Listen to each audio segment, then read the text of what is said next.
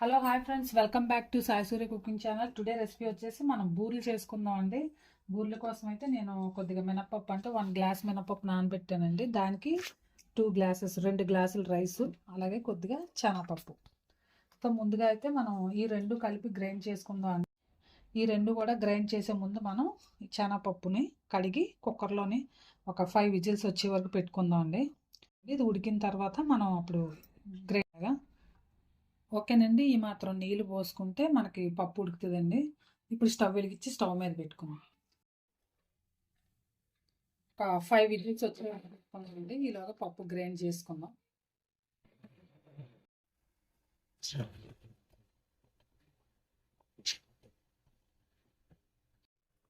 ఓకేనండి, పప్పు నలుగుతుంది కదా. ఇప్పుడు మనం ఇందులోనే రైస్ కూడా వేసుకుందాం అండి.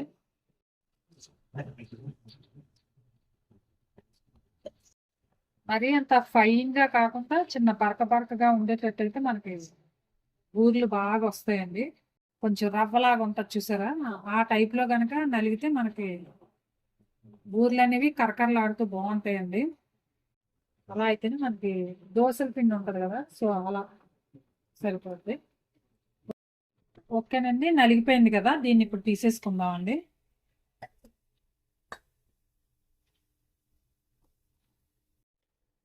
పిండి అంతా తీసుకుందాం అండి.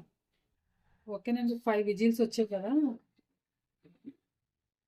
ఈ పప్పుని ఇప్పుడు మనం మెత్తగా ఏదైనా పప్పు గుత్తి ఉంటుంది కదండి, దాంతోనైనా గరిటె లాంటి దాని ఇలా మెత్తగా దీంతో అనుకుంటే మనకి మెత్తగా అయిపోద్దండి.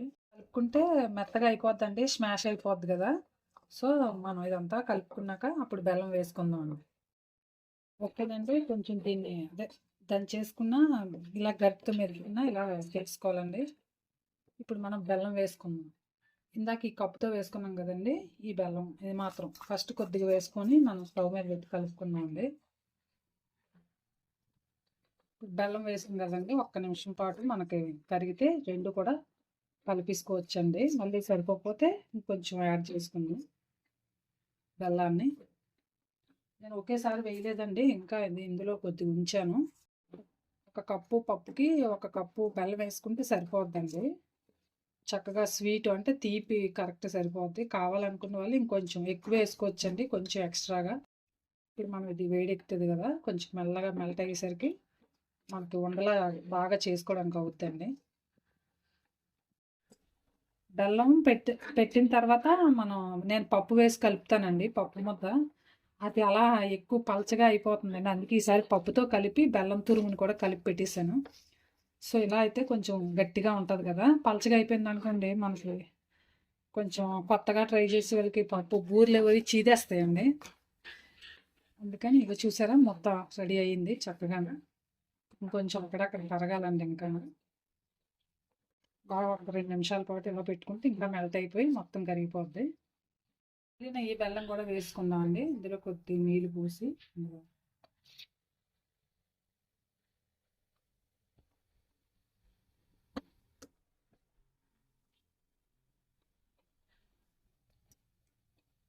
ఇలా ఒక 2 నిమిషాల పాటు మనం ఇలా కలుపుకుంటే బెల్లం అంతా ఎక్కడైనా ఉన్నది కూడా కరిగిపోద్దండి. నీళ్ళు పోసాం కదా కొద్దిగా, సో అదంతా కూడా బాగా కరిగిపోయాక ఇది చల్లారబెట్టాక ఉండలు చేసుకుందాం అండి. ఓకేనండి, ఇది మనం రెడీ అయిపోయింది కదా. ఇప్పుడు మనం డీప్ ఫ్రైకి సరిపడా ఆయిల్ పెట్టుకుందాం అండి.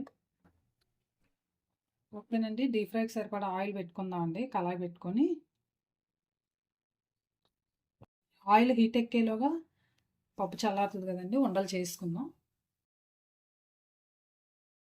ఓకేనండి, చల్లారింది కదా. ఇప్పుడు మనం ఇందులో కొంచెం సాల్ట్ అండి, చిన్న చిటికెతో స్వీట్లో కూడా ఇంత సాల్ట్, తర్వాత యాలకుల పౌడర్ వేసుకుందాం.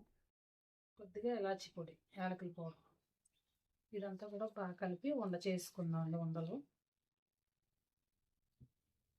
ఓకేనండి, కలుపుకున్నాం కదా. ఇప్పుడు మనం ఉండలు చుట్టేసుకుందాం అండి.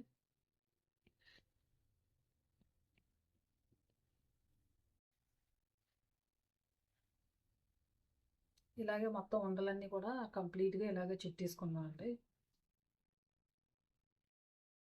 ఓకేనండి, ఇలా ఉండలు చుట్టేసుకున్నాం కదా. ఇప్పుడు మనం పిండిలోనే ఒక 1½ స్పూను చక్కెర వేసుకుందామండి. షుగరు ఒక 1½ స్పూను. అంటే ఇది కూడా కొంచెం స్వీట్గా ఉంటుంది. స్వీట్నెస్ కొరకండి, అది కూడా కొంచెం స్వీట్గా ఉంటుంది కదా. సో లేదంటే చప్పగా ఉంటుంది, మనం దోశలు తిన్నట్టు. ఒక చిటికెడంతా ఉప్పు అండి, చిన్నది. ఇదంతా కూడా కొంచెం మనం బాగా కలుపు. ఇందులో కొద్దిగా రవ్వ వేసుకుందామండి. మీకు స్టార్టింగ్లో రుబ్బేటప్పుడు చెప్పాను కదా, ½ గ్లాస్ అంత రవ్వ వేసుకుందాం. ఓకేనండి. ఇది పావు అంత ఉంటుందండి సూజీ, అదే గోధుమ రవ్వ సన్నడిది. సో ఇది వేసుకుంటే కొంచెం బూర్లు అనేవి మనకి కరకరలాడుతూ వస్తాయండి.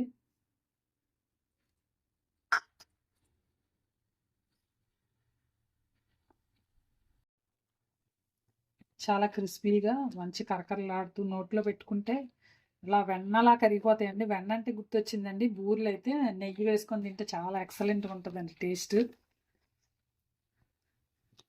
ఓకేనండి, కలుపుకున్నాం కదా. ఆయిల్ హీట్ ఎక్కిందేమో చూసి బూర్లు వేసుకుందాం అండి. ఓకేనండి, ఆయిల్ హీట్ ఎక్కిందేమో చూద్దామండి. ఓకేనండి, ఆయిల్ హీట్ ఎక్కింది కదా, ఇప్పుడు మనం వేసుకుందాం.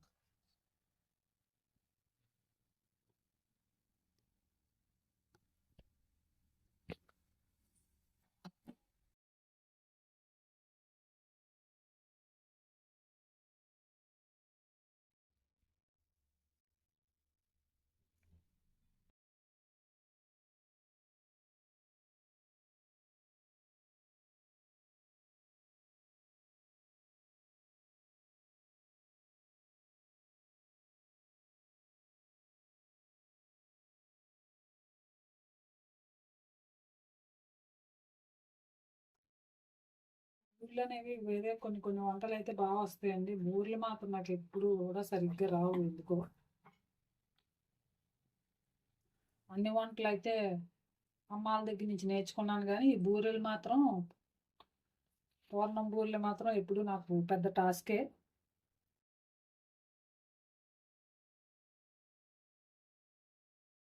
చాలా రౌండ్గా వేస్తారండి మా అక్కాలును.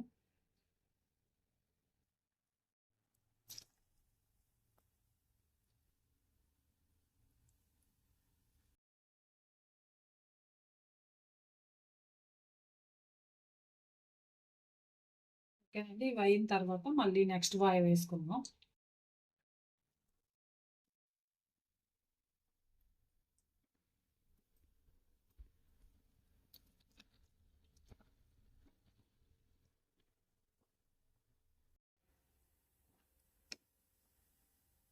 ఓకేనండి, వేగిపోయాయి కదా, వీటిని తీసుకుందాం.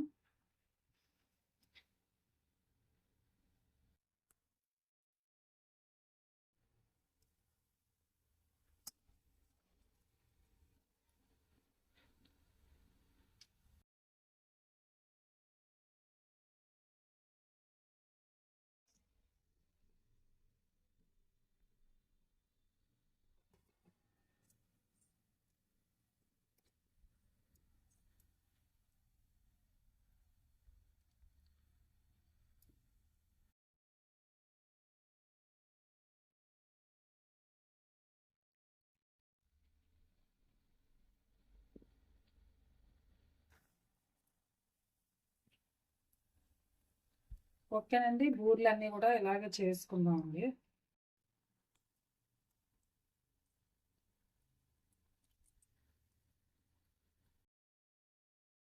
ఓకేనండి, మిగతావన్నీ కూడా ఇలాగే వేసుకుందాం అండి.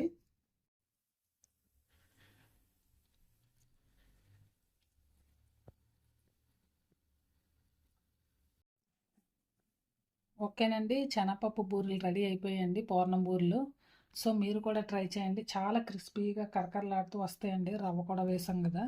సో మీరు కూడా ట్రై చేయండి, ట్రై చేసి టేస్ట్ చేసి మీ ఫ్రెండ్స్కి కూడా షేర్ చేయండి. నచ్చితే కనుక ఒక కామెంట్ కూడా పెట్టండి. Please like and subscribe my channel. Bye friends, మళ్ళీ నెక్స్ట్ వీడియోలో ఇంకో వంటతో కలుద్దాం.